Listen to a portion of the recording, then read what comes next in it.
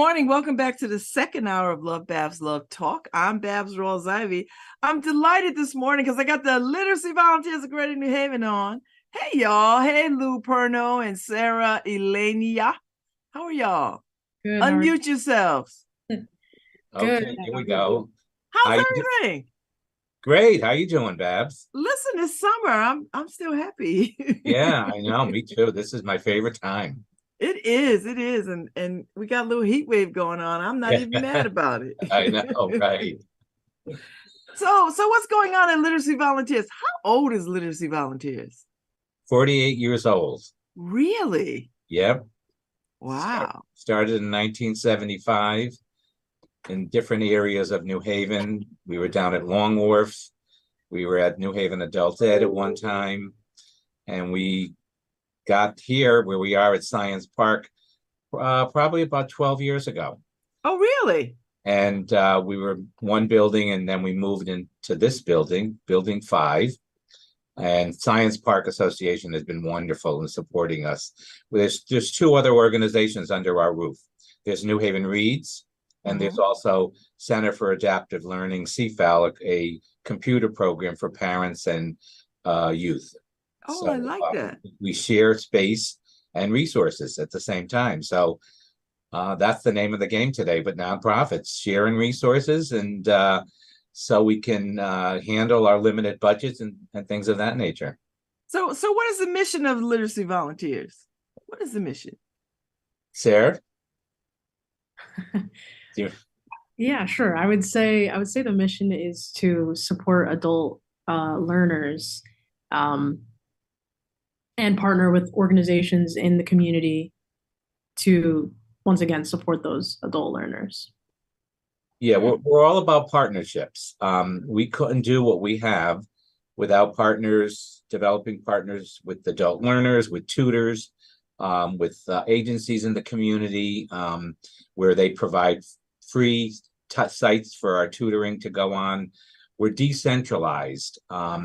So most of our tutoring goes on in the community where students live and work. We want to make it as accessible to students who need to learn how to read, need help with math, speak English, and also workforce development. So we're at libraries throughout New Haven, all of the libraries in New Haven. At some point during the day, our tutoring is going on. Community centers, in churches. We work with Iris. We work with all of the whole New Haven public library, just public schools. Yeah, we're out there in the community, and we feel that working with a lot of partners, our slogan, so to speak, is Partners in Literacy. I love it. So how many volunteers do you have, and how often do you recruit them? Oh, recruitment goes on all the time. It's very easy. Tutors can go, anyone interested in volunteering as a tutor goes online, fills out an application, and we get it. And our program director, Erica Hoffman, contacts them. It's weekly. I mean, every week we're getting applications in. I think we're getting ready for a training next week for new tutors. I think we have 15 to 20 tutors that are interested. Hopefully they'll all show up. Right, Sarah? Yeah. Yes. We're always looking for more as well. Students keep picking up, so we really are in need of more tutors as well. So give me a sense of the people who need your services, who come to Literacy Volunteers. Because my good friend, Ife Gardine, is a Literacy Volunteers, and she's always talking about how much she enjoys it, right? We work closely with Ife. She was on our board for several years. And actually, we're going to be part of her Lit Fest coming up. Yay! And Sarah has worked with her at a number of other venues where we've had our literature out about our program, and Ife has had her literature out. We've shared a table, and so yeah, we work very closely with Ife. But Sarah, yeah, you work with the students, and Sarah's one of our program managers for New Haven. She's our basic literacy program manager who basically deals with students who need to learn to read or math. Sarah? Yes, I would say it really varies who shows up and who needs help. Sometimes it's folks who are much older and maybe didn't have the education that they wanted when they were growing up and are seeking their GED later in life, or just want to be able to read a book on their own later in life, read their medical bills, their mail, text messages, whatever it is. And then also what's been picking up a lot lately has been younger folks as well, 18 to 24, who either want to pass a certain test or need additional help in math. I didn't know, I wasn't aware of the math component. Yeah. So that's kind of something we're really trying to push for, because we know that a lot of people need help with that.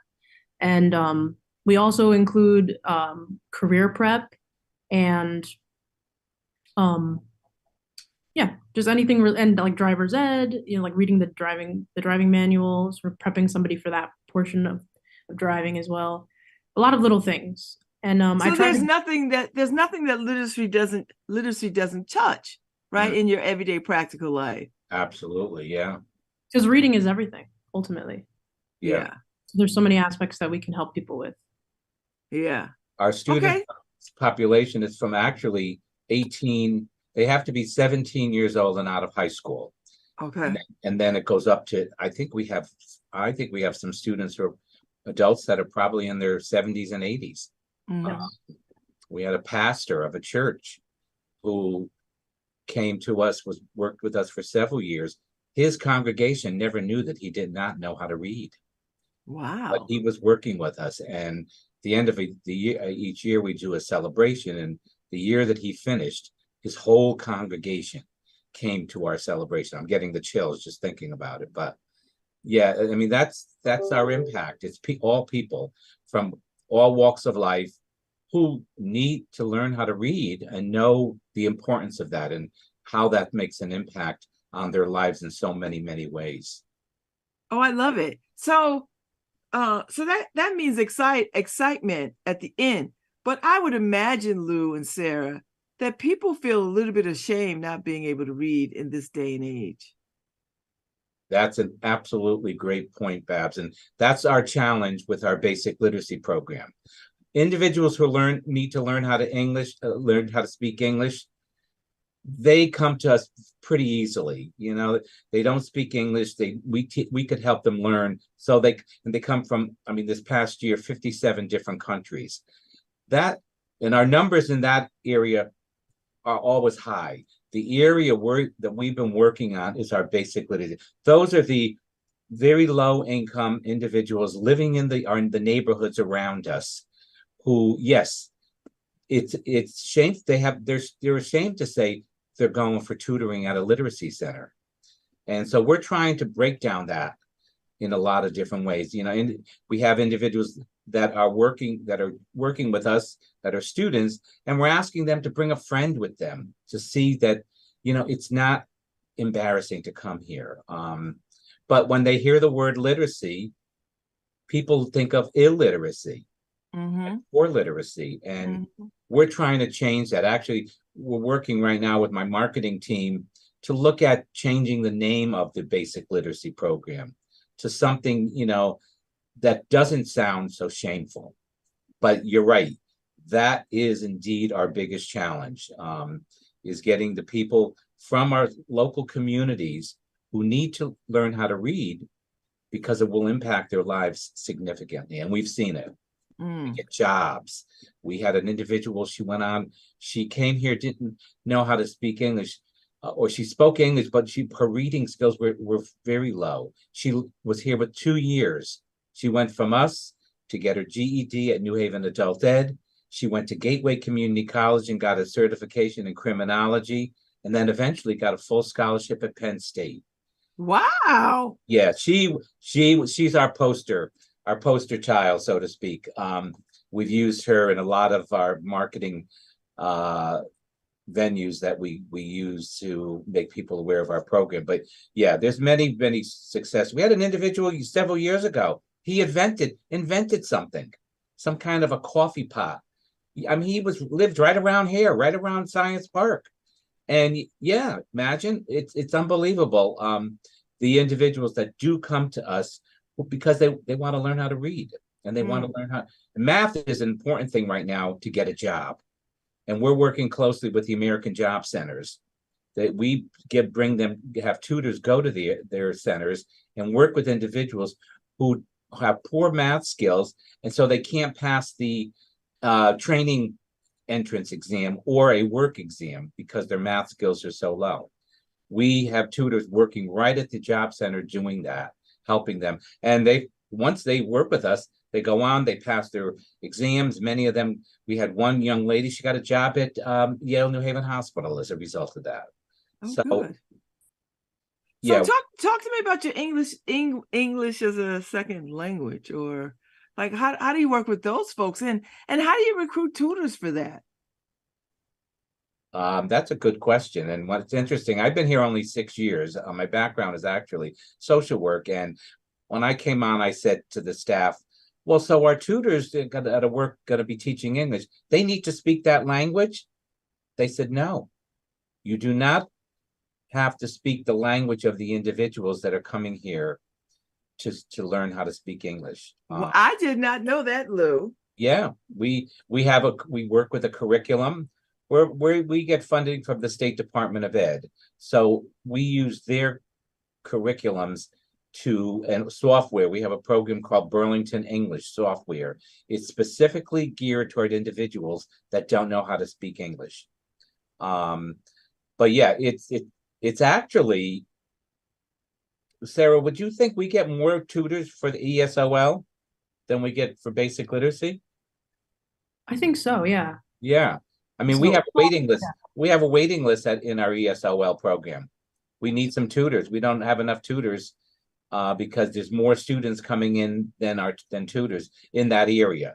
So there is a challenge. There are many individuals who say, yeah, I don't speak that language. I can't teach. I'm not going to be able to teach someone English. So they don't come and register. So we're trying to, change that. We know that we've had many hundreds of tutors that teach individuals English, and they don't speak that language. But it's the curriculum that we use, and actually we rather not be speaking their language because they'll get used to that. We want them to, we use all kinds of strategies and curriculum to help them learn English and speak it to one another. So tell me about the broader literacy universe, because I see there's greater literacy of New York and greater literacy of Hartford and greater literacy of Illinois, and are y'all connected? Do you all gather? Do you talk to one another? Are you seeing similar things? Are you learning from each other? Yeah, Sarah goes to meetings with other program managers from other literacy volunteer centers. I would say in Connecticut, we're connected to the Connecticut literacy volunteers, not outside of Connecticut. Right. And we do learn from one another, and a lot of us are going through similar stuff. So Elena, Sarah, what brings you to literacy volunteers? Because what's your story about this? Yeah, I I was working in the public school system for a while, working with kids.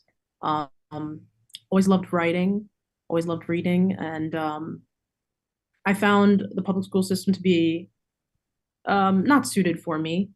And I believed that I believed that working with adults was something I preferred, because when I was in college, I went to Albertus. I was tutoring adults while I was a student, so tutoring undergrad and graduate students in writing.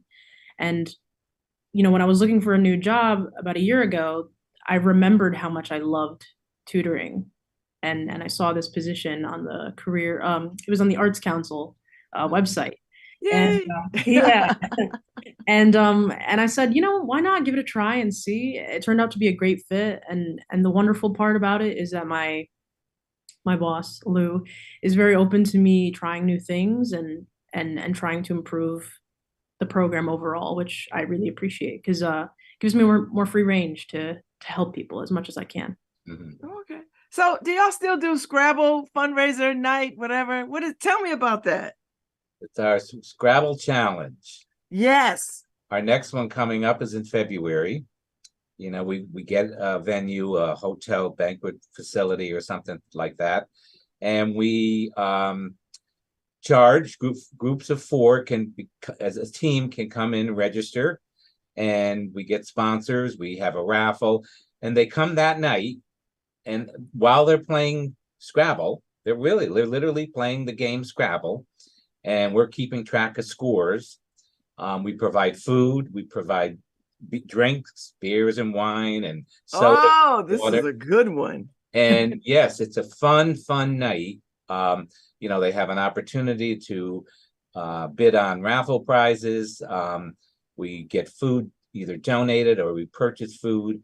So they have, it's usually in the 5:30 to around 8 o'clock. It's at dinner time. So we're providing them with the dinner, and they're with their friends playing Scrabble all night long. At the end of the night, the winning team that gets the highest Scrabble score, we give them a prize. But we have our students speak that night, talking about how we've impacted them.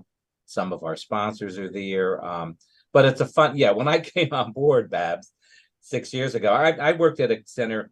Our events were like, golf tournaments, celebrity breakfast. And then I hear Scrabble Challenge is a fundraiser. And I couldn't believe it. And there's some diehard Scrabble Challenge people, if there's something wrong, they're gonna call me and say, what's going on here, But that's our Scrabble Challenge. We used to do one in the Meriden and Wallingford area because we service that area, and then we used to do one in the New Haven area for our Valley program in New Haven. Now we do one big one, and that will be end of February. I'm not sure the venue is yet, but it will go on, and it's a fun night, right, Sarah? Yes, it is. It is. We have a lot of really fun events. Actually. Yeah, tell me, Sarah, what else y'all got cooking? Yeah, we've got we've got these things called Books and Brews, which are sort of like mini friend raisers, we call them, where we sell secondhand books at a brewery or a bar, a restaurant, and we work with the restaurant or the brewery and get discounted prices for food and drinks. And the books we sell them for really cheap, and that money just goes towards buying more curriculum for students and then just supporting our students as much as we can. So when's the next one? When are you doing that? Is there a calendar for that? Yeah, there's the next one's coming up in October.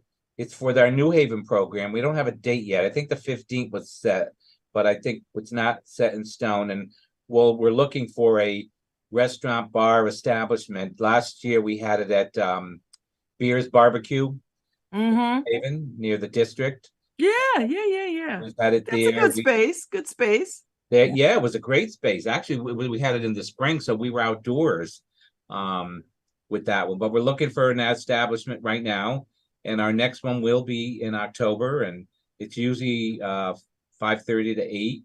A fun night. You come in, you could buy a book. If you buy a book, you get a wristband. When you go to the bar and get a drink or buy some food, you get 10% off what your bill is. So, I like that. It's a win-win situation for anybody. So, but with the staff, all the staff are there, board members. It's fun. It's a fun night, and we do that. We do that 3 or 4 times a year. Okay. Sometimes in Meriden and Wallingford, in the Valley, and a number in New Haven. We do a lot more in New Haven. New Haven's is our biggest program. Our Greater New Haven Literacy Program, which is ESOL and Basic Literacy, we service the most. We service probably a good 300 to 400 students. Wow, that's a lot. Our Meriden and Wallingford and our Valley are much smaller, but Greater New Haven's a big area. We just learned. We had an intern this summer from Yale, as Yale President's Fellow intern. And he did some research. He found that in Connecticut, there's something like 600,000 people who are struggling to read. And that's amazing, and that's when I came on board, what attracted me to Literacy Volunteers is the impact that we make in many significant lives in lots of different ways. And that's why I said, as a social worker, I want to be involved in that agency, because we're changing people's lives by teaching them how to read, teaching them how to do math better, and also teaching them English. And now we're doing more work with helping them get jobs or steering them toward careers. And Sarah is just recently took a 24-hour training with the State Department of Ed. She's now our workforce navigator. She's been skilled to find resources for students that want to get jobs or go onto college, and she works at our staff, giving them resources. And when they come upon students that want to find a particular job. Sarah, tell Babz about that individual who was looking for, I think he was looking for a truck license or something. Yeah, I've got a young man that I've been working with recently, and something that I learned from this training was, just ways to help someone maybe figure out what it is they want to do. And he wasn't entirely sure what he wants to do, but he knew that he liked driving. And so we took some assessments together where we took an interest assessment and a skill assessment, and then based on the results of both, like if anything matched up, we wrote out a list and considered like what might be a good fit for him. And ultimately we decided on CDL. So he's working right now with a tutor to get his CDL license. And that's kind of what I meant earlier when I said like we kind of help with a variety of things, because that's kind of very niche, just reading the manual together during a tutoring session. But that's what's going to help him most right now. And I think overall, my message to this young man is just like, this is a good opportunity, a good certification. It can help you get some money now. You don't have to do it for the rest of your life, but I think it'll benefit him now. And that's my main goal, is to help someone with their present life, and then we'll figure it out in the future. What else? I like that. Yeah. So tell me about Hear Our Voices, because that's a booklet that y'all published. Yeah. Tell me about that. We've been publishing it for, I think about 10, 12 years. We get some sponsors to help us put it together. We asked the students in January to start thinking about writing an essay about their life, about what they've gotten out of the program. And between January and April, many students, 30 to 50 students, write essays about their lives, about all kinds of things. We take those essays and publish them in our Hear Our Voices publication. And that publication is distributed to all of our funders, anyone who wants these stories are amazing. They're inspiring. They tell wonderful stories about their lives coming from another country, what that meant to come to the United States, and how we help them get their citizenship, become citizens of the United States. And then what comes out of the whole thing is at the end of the year, we do a celebration. And each program manager sets up one. Sarah's worked with the New Haven celebration.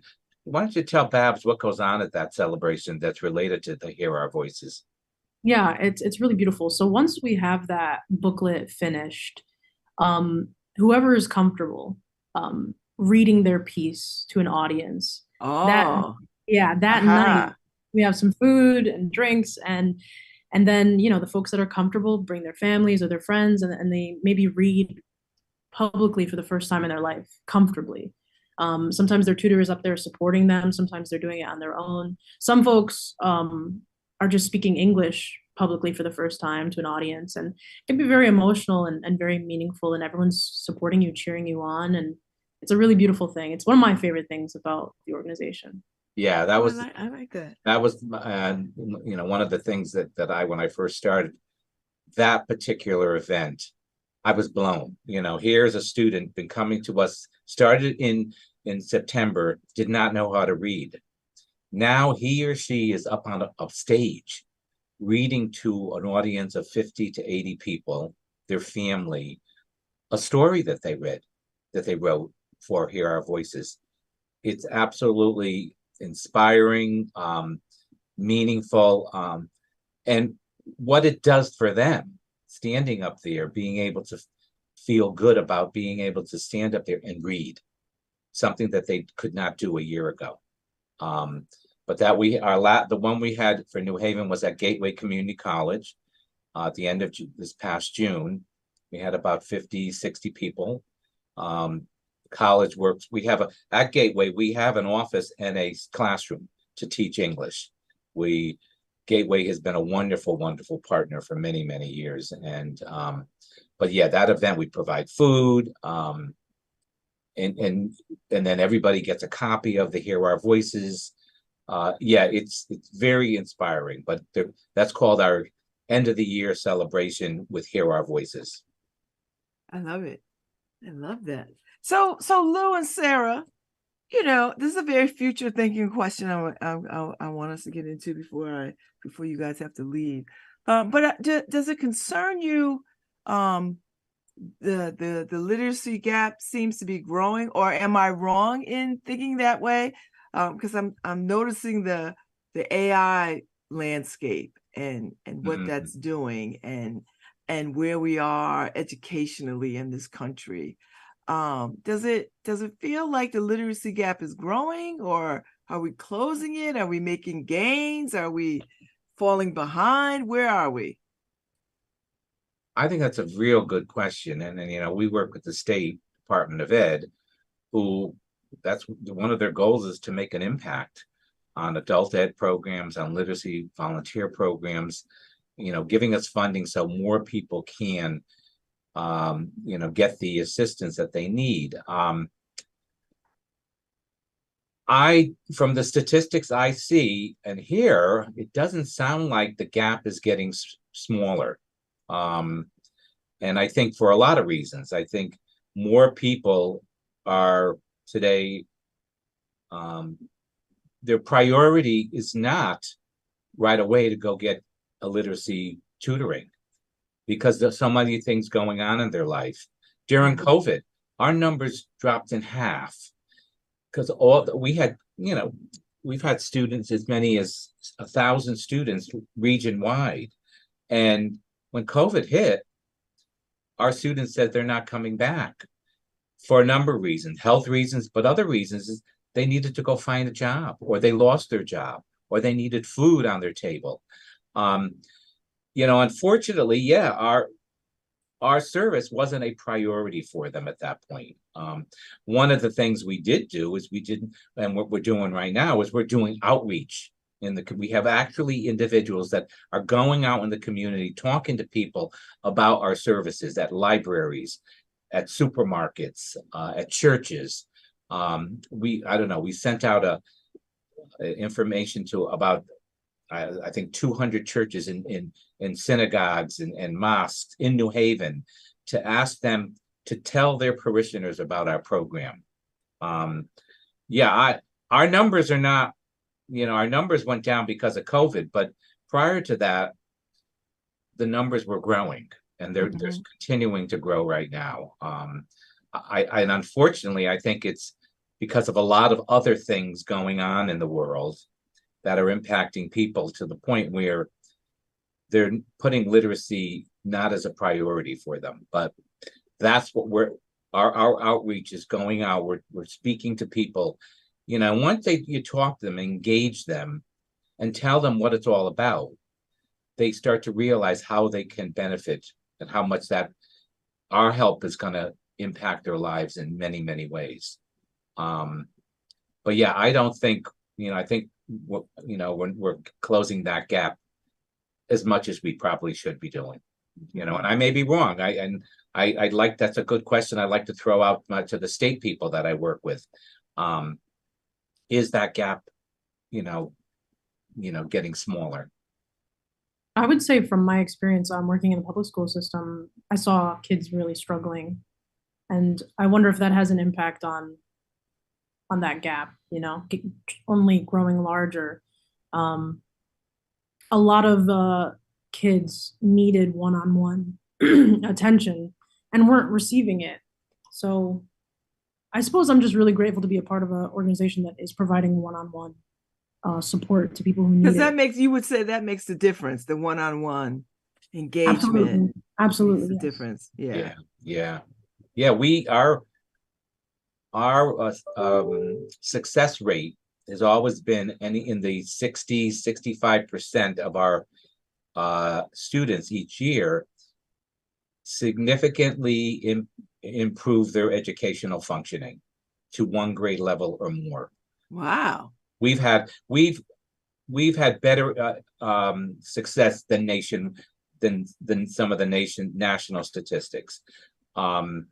Even I think some New adult ed programs, those are classrooms. We're working on a 1-to-1 or 1-to-2 basis. Yeah. And we provide tutors many times to the adult ed to work in their classrooms with smaller groups.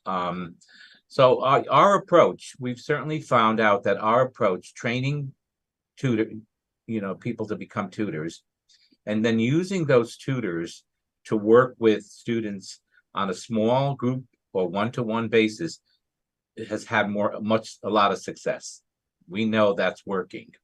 And that's how we're going to continue to work with our students. But what also struck me when I first came here is that we're getting students who graduated from high school. Why is that?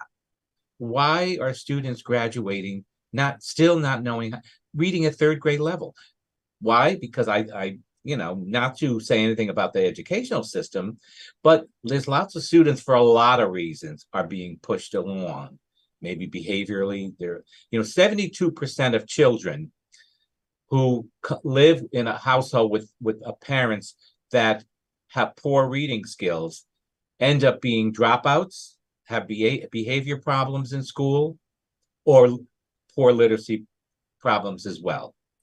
But yeah, I'm, once again, it surprises me that we get this. And Sarah, you've seen that with some of the students that they've graduated from high school. Why isn't their reading level up to a high school level? But we do see those students, and we work with them and help them increase their reading skills, and then they go on to to a community college from there. That's good. I like it. So tell me before I let you go, because we have like 2 minutes, what is the best part of your day? Why do you like this job? For me, just connecting with people and getting to know people, and also making people feel comfortable. I'm really proud that I'm able to do that. Like you said, a lot of people do come in with shame, and by the end of an intake or just getting to know them, a lot of them leave feeling a lot better, which I'm very proud of that.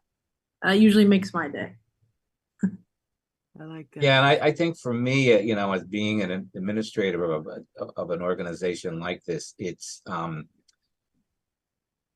the impact we are making and seeing, and it may be, maybe that one person who, as I talked about, that one individual who went on and got a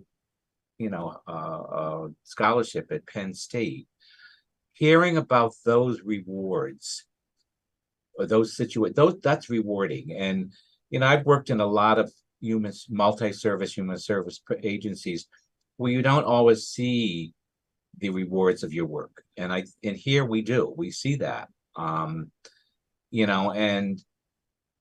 someone like Sarah's right. I think I only have a staff of seven. Wow. 7 people, but we have almost 200 volunteers. It's those volunteers that are really doing the job of literacy volunteers. Without them, we wouldn't have a program. But my staff are committed. We're a nonprofit. We're not paying them thousands and thousands of dollars, and as you may know, with nonprofit budgets, but they're compassionate about literacy, people, and in a very short time, I've seen Sarah connecting with the New Haven Job Corps and start a math program there. And really, I think we look more at just, giving an educational experience for students. Sarah's working on an individual who came because he couldn't read. However, she's helping him get an assessment about his whole sort of intellectual assessment of where he's got gaps and what other help can he use besides having someone tutor him. Yeah, as a social worker, and that's what I say to the staff. Remember, yes, our goal is to help individuals increase their educational skills, but also we need to take in consideration who these people are, what they're coming with. If they have other issues, let's help them. Let's be a resource to them, And so we're often referring students to other resources in the community, particularly basic needs assistance resources, health resources, things of that nature. Because if those areas are now taken care of, they're not going to be able to be successful in our program. And we know that we got to start, what are those top issues that are impacting individuals that come for literacy services. And so I think the compassion of my staff, tutors get to know these people. They're in their home, they go to their home, they take them out for dinner. It's unbelievable. One tutor had a graduation for her student because she graduated from Gateway Community College. And so it's certainly, it's the people that are part of our organization, I think, makes me feel very, very proud to be in this vital program. Thank you so much. I so appreciated having you all on. I learned some things about literacy volunteers, and I'm a huge fan. Like I think reading is, I think you have up on your website, literacy is a matter of survival. I wholeheartedly believe that, but I also believe that literacy is the gateway to the rest of the world. So thank you, Lou and Sarah, for coming on. If anybody is listening this morning, and you are, thank you. If you want to know more about literacy volunteers, even if you want to make a donation to them or you want to be a volunteer, go to lvagnh.org and scroll through and sign up, and they'll get you trained up, and you'll get to talk to Sarah and see Lou, and they'll have you doing amazing things with students. Thank you all for coming on this morning. I appreciate this conversation. Thank you. Yeah, thank you to WNHH and Babz for giving us this wonderful, wonderful opportunity. I want you to come back when you get ready for Scrabble, because I want to make sure we highlight that. Yeah, I might have to dust off my Scrabble shoes and get it again. Get your Scrabble tiles out there and bring them along with you. Yeah, so we'll make you aware of it and have you. Maybe we'll even ask you if you'd be our keynote speaker that night. Let me know. I'm gonna dust off my Scrabble. Let's get it in. So yeah. So thank you so much, y'all. Thank you. Happy reading. Enjoy the nice warm weather. You too. Summer is still here. So thank you, Sarah. Thank you, Lou. Thank you, Harry Droz, for producing this morning. I appreciate you. And thank you, Paul Bass. I know you're back. And I'll be back tomorrow with the Sisters of AKA to talk about their Fête Noire that's coming up. So I'll see y'all. Y'all get out here and have a good day. Bye-bye.